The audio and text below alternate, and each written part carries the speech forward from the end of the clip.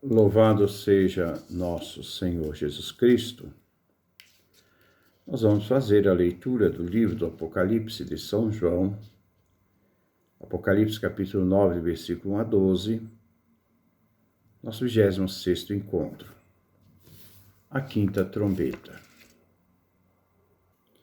Vamos então ouvir o texto que nós vamos refletir. O julgamento destrói o mal. O quinto anjo tocou. Então, uma estrela que tinha caído do céu sobre a terra. Ela recebeu a chave do poço do abismo e abriu o poço do abismo. E daí subiu uma fumaça como fumaça de uma grande fornalha. O sol e o ar escureceram de tanta fumaça do poço. Da fumaça saíram gafanhotos voando sobre a terra. Tinham poder de matar como escorpiões. Eles receberam ordem de não estragar a vegetação da terra, nem o verde, nem as árvores. Só podiam ferir os homens que não tivessem na fronte a marca de Deus. Os gafanhotos não tinham permissão de matar, mas podiam atormentar os homens durante 5 meses, com dores fortes, como picadas de escorpião.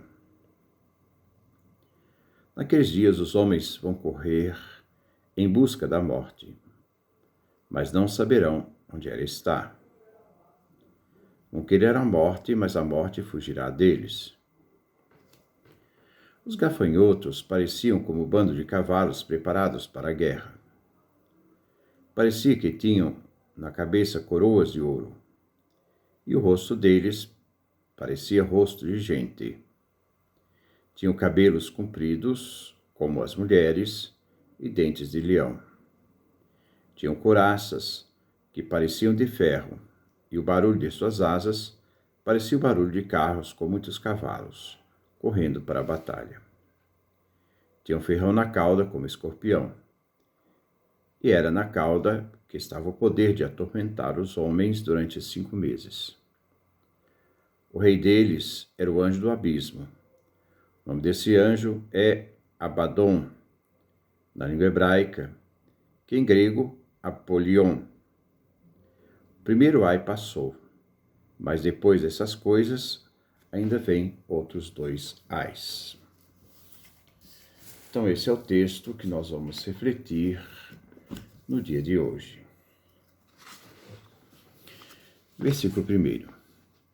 E o quinto anjo tocou. Vi então uma estrela que havia caído do céu sobre a terra.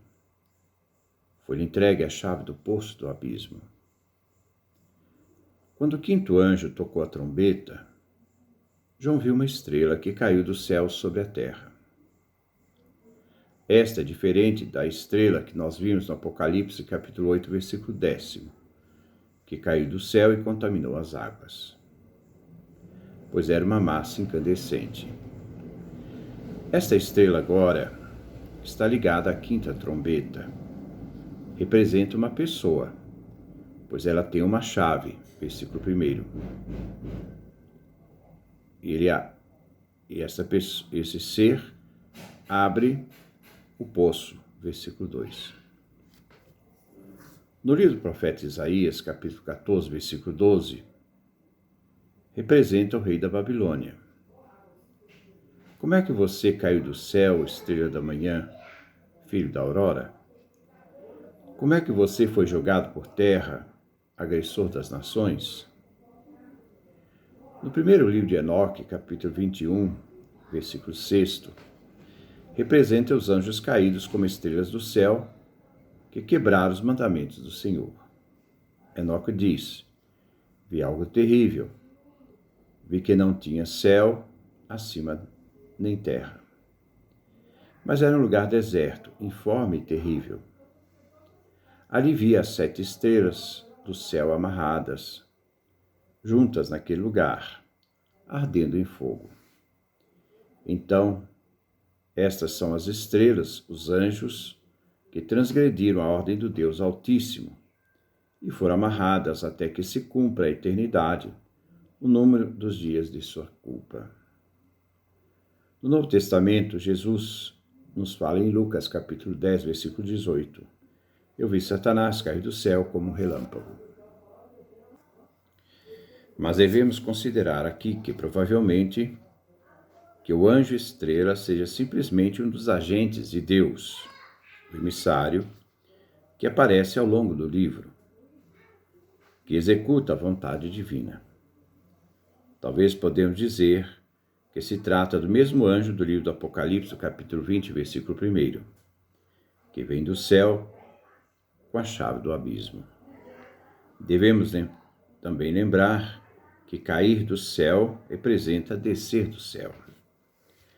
O Apocalipse de Enoque, capítulo 19, versículo 1 e capítulo 20, versículo 2, refere ao arcanjo Uriel, que tem a função de guardar o abismo. Versículo 2. E abriu o poço do abismo, e daí subiu uma fumaça como fumaça de uma grande fornalha. O sol e o ar escureceram de tanta fumaça do poço. Quando o poço é aberto, houve uma grande emanação de fumaça, de onde saíram gafanhotos, maus espíritos, que estavam encarcerados no abismo. A missão deles será de atormentar todo aquele que não tem o selo, o sinal de Deus na fronte. Enoque afirma que o cárcere final dos anjos decaídos era o abismo. 1 Enoque, capítulo 21, versículo 7. Dali foi a outro lugar mais terrível que aquele e vi algo horrendo. Um grande fogo ardia e fumegava, pois naquele lugar havia uma abertura que chegava até o abismo, cheio de grandes colunas de fogo descendentes, cuja grandiosidade não se pode pensar. Então exclamei, que horrível este lugar, que dá angústia de se ver. O anjo Uriel respondeu, este lugar é o cárcere dos anjos que aqui ficarão retidos por toda a eternidade. As densas nuvens sobem do abismo e recordam a descida de Deus também no Sinai.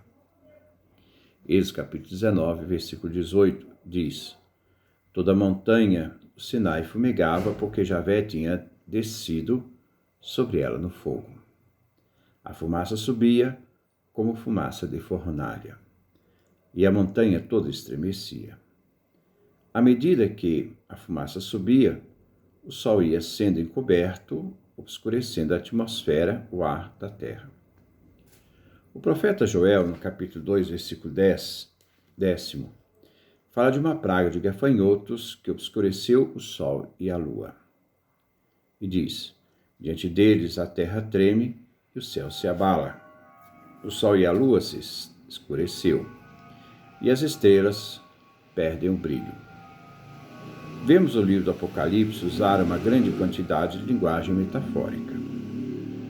Devemos sempre ver essa realidade metafórica ligada ao julgamento.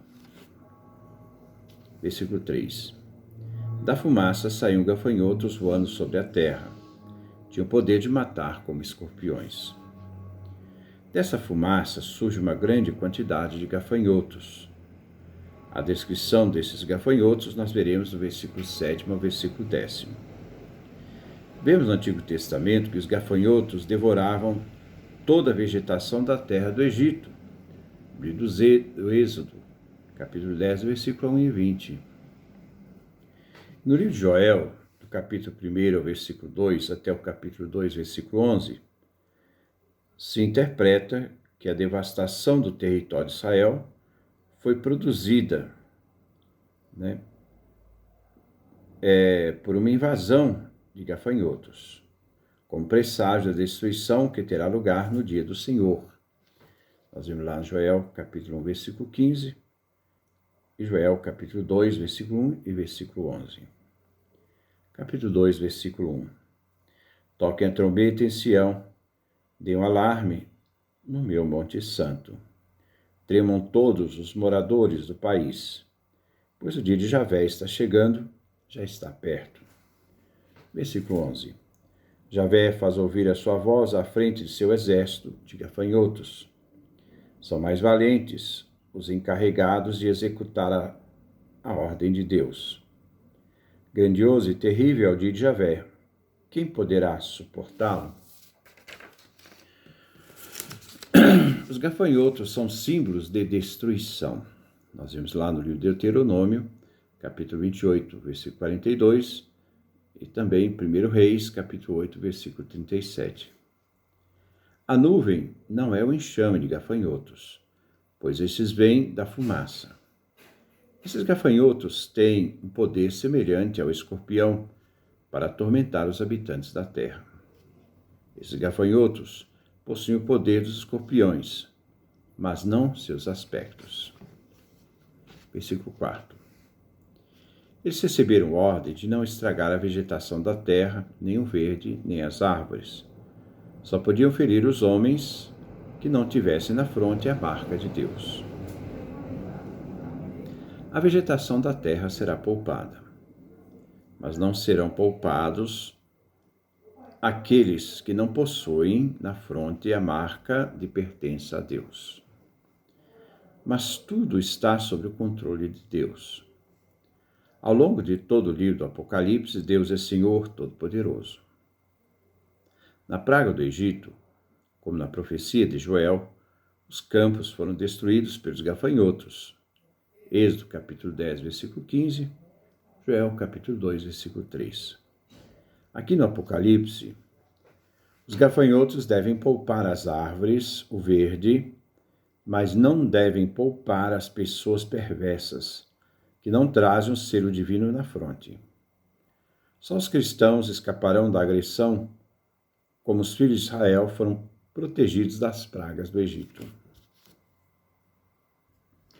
O novo Israel de Deus, constituído por Cristo, escapará dos tormentos do abismo, não experimentará a ira de Deus. Versículo 5. Os gafanhotos não tinham permissão de matar, mas podiam atormentar os homens durante 5 meses, com fortes dores, com picadas de escorpião. A missão dos gafanhotos é de infligir sofrimento aos maus. Não é para dar a morte, mas atormentar. Embora também o termo atormentar tenha um sentido de castigo, como vemos no Apocalipse capítulo 14, versículo 10, e no Apocalipse capítulo 20, versículo 10. Se limita a um período de 5 meses. Isso significa 2 coisas. 5 meses é o ciclo de vida dos gafanhotos, que dura 5 meses. Também 5 meses representa o tempo da estação, período que vai da primavera até o final do verão, em que é o período da invasão dos gafanhotos. Mas representa um tempo limitado, mas não tempo curto, em que as pessoas sofrem terríveis padecimentos, mas com condições ainda para arrepender-se da maldade. A praga não é um ato de crueldade, mas indica que a maldade não pode seguir seu curso de modo indefinido. Versículo 6.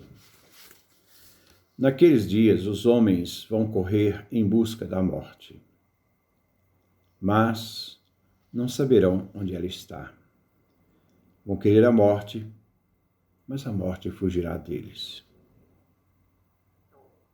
João prediz que naqueles dias os homens procurarão ativamente se libertarem dos terríveis sofrimentos, desejando a morte.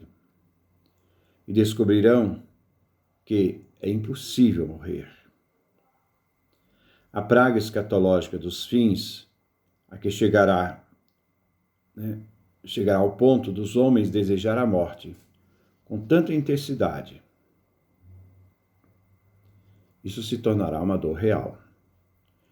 Os ímpios que assassinaram os cristãos, os mártires, desejarão agora a morte, e descobrirão que agora a morte, que procuram para si, fugirá deles. Versículo 7. Os gafanhotos pareciam como um bando de cavalos preparados para a guerra. Parecia que tinham na cabeça coroas de ouro, e o rosto deles parecia rosto de gente. João descreve os gafanhotos, coroas que adornam rostos humanos. Os gafanhotos parecem cavalos preparados para a guerra. João se inspira aqui no profeta Joel, capítulo 2, versículo 4. Seu aspecto é como de cavalos e como cavaleiros que correm. Seu ruído é como de carros que vêm saltando pelos cumes dos montes, estalando como chama que devora a palha, como poderoso exército em ordem de batalha. Joel, capítulo 2, versículo 4 e 5. Existe um provérbio árabe que diz: os gafanhotos têm cabeça de cavalo, peito de leão, pés de camelo, corpo de serpente, antenas que parecem cabelos de mulher. Estão preparados para a guerra, ávidos para realizar o castigo. Os rostos dos gafanhotos eram semelhantes a seres humanos. Essas imagens querem descrever uma figura desnaturalizada e demoníaca. Versículo 8. Tinham cabelos compridos como as mulheres e dentes de leão. Os gafanhotos trazem cabelos compridos e dentes de leão. Provavelmente se vê aqui que os gafanhotos têm patas e corpos envoltos em pelos, e que ao voar acentuaria a velocidade com que cumprem sua missão. Os gafanhotos apresentam um caráter sedutor com os cabelos de mulher. No livro do profeta Joel, capítulo 1, versículo 6, afirma: pois uma nação poderosa e sem conta invadiu o meu país, seus dentes são como de leão e sua goela como de leoa. Os dentes sublinham a ferocidade dos gafanhotos, mas não despedaçam suas vítimas como fazem os leões. Os sofrimentos que os gafanhotos darão se deve ao aguilhão que tem como aguilhão de escorpião. Versículo 9.